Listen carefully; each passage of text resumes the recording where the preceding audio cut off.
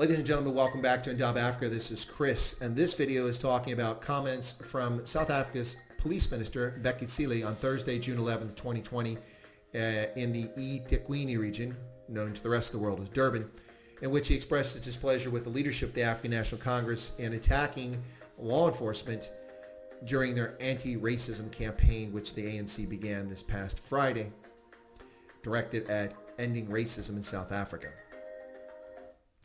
Well, I will for once side with the minister in that the ANC's comments in shouting police brutality without speaking to the police sector, as he says, is a mistake. And specifically, I think he has a point.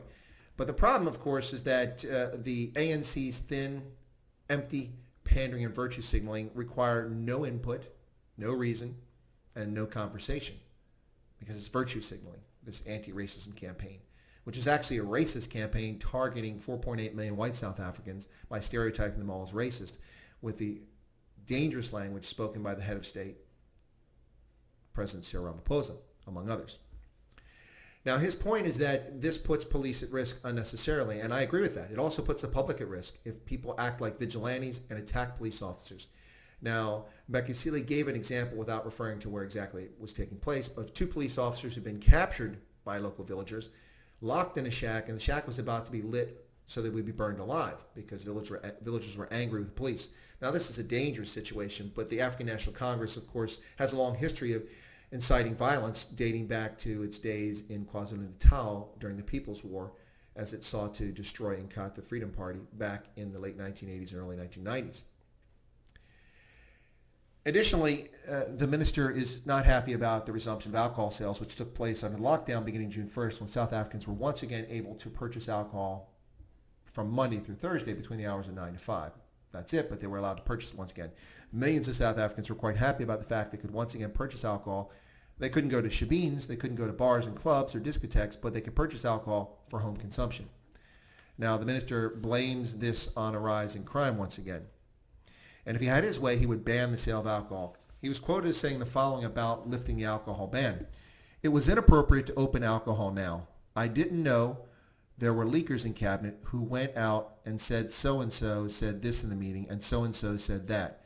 But we should have delayed it and allowed COVID-19 people their space and for people that are sick to get their space." I really don't know what he's talking about in that last portion there, but it is interesting. Now, he said that the country has also benefited from the lockdown with regards to crime fighting, as the increased police visibility has had a positive impact in reducing crime, and that the country has experienced no cash heists or no cash in transit heists and no robberies. But of course, we know that this is fictitious.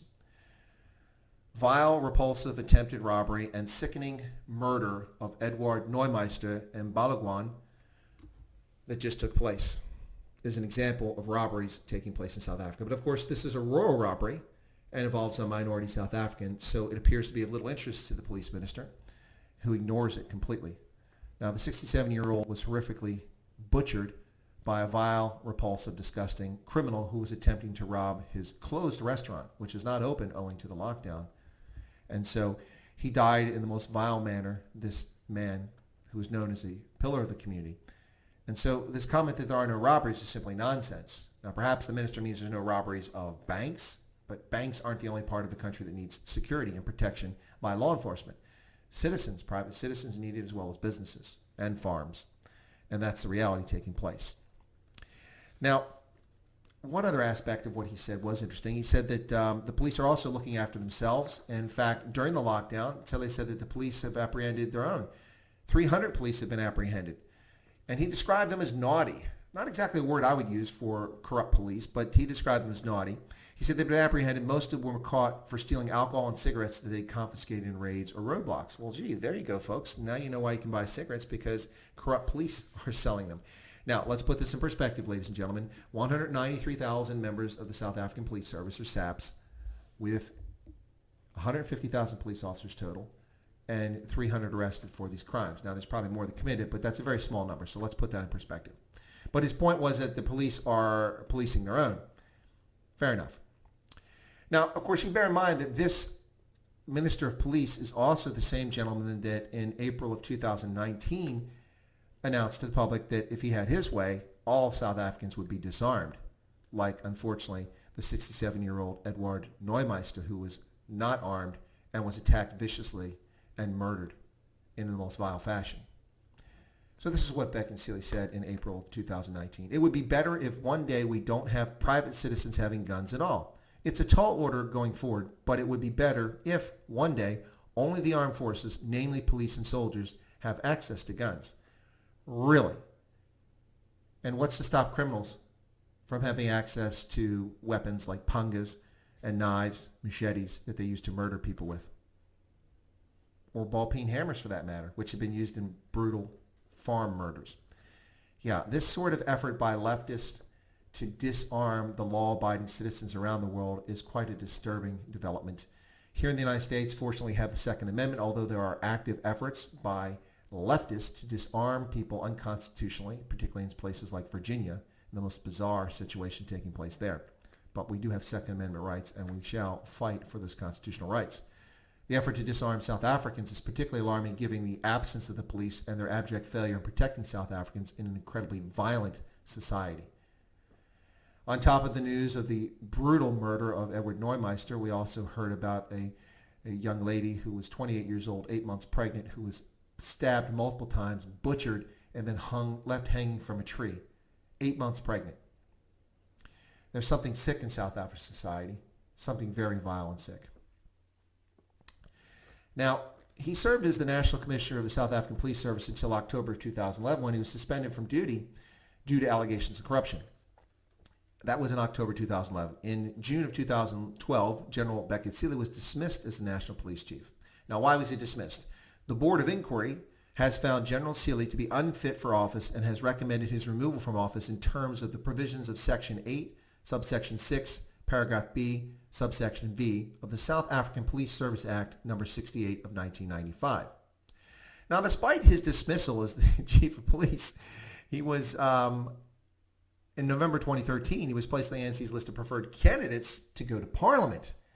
The disgraced, corrupt former head of police was put on the top list to go to Parliament. Can you fathom this lunacy? Now, the 68-year-old Cele was appointed as the police minister by the newly appointed Cyril Ramaphosa during his cabinet reshuffle at the end of February 2018. So he's now been in this role for 2 years. And if he had his way, South Africans would be unarmed and subject entirely to the whims of violent criminals and thugs throughout the country who murder at random with impunity, in large measure because South Africa's criminal justice system doesn't work for anyone except for criminals. Very few people who commit crimes, whether it's rape, cash in transit heist, robberies, or brutal murders, are ever charged with a crime, incarcerated, or brought to trial. So these criminals know they'll get away with this, either because the police are incompetent, there aren't enough of the police, or they'll be able to pay bribes and get these dockets dealt with. And this is quite a sad situation. So he wants to disarm South Africans. He also wants to be the teetotaler with complete callous thought and behavior towards those who have alcohol addictions, simply cutting them off altogether. Not to mention the millions of South Africans who drink responsibly and have nothing to do with crimes and don't use alcohol to get wound up and beat their spouses, sniffing others, kick their dogs, or murder and attack people, or commit rape. And his juvenile assessment of alcohol being the responsible reason for these crimes shows that he's not capable of doing his job. And this is quite disturbing. But he does have a point. The ANC's empty political pandering and virtue signaling about its anti-racism campaign, which in itself is racist on its very basis, is disturbing in South Africa's context. Ladies and gentlemen, this has been my video talking about the comments by South African Police Minister Bheki Cele that he gave in Durban regarding alcohol, arresting police officers guilty of corruption during the lockdown, his unhappiness with the African National Congress's position in its anti-racism campaign, and just a little background into who this gentleman is. The man who wants to disarm South Africans, law-abiding South Africans, because he feels it's better for only the police to have guns. Never mind the fact that people are being murdered without guns, and guns are a defense mechanism to help protect one. It's a useful tool. And he will ban alcohol if it were up to him. So, ladies and gentlemen, if you've enjoyed this video, you found it thought-provoking, I ask you to feel free to subscribe to the channel by smashing that subscription button right down there. Be sure to toggle that bell icon so you get notified of my updates. Leave your comments. I read all comments. And please, I ask you to smash that like button as it drives viewership. Thank you very much for your patronage.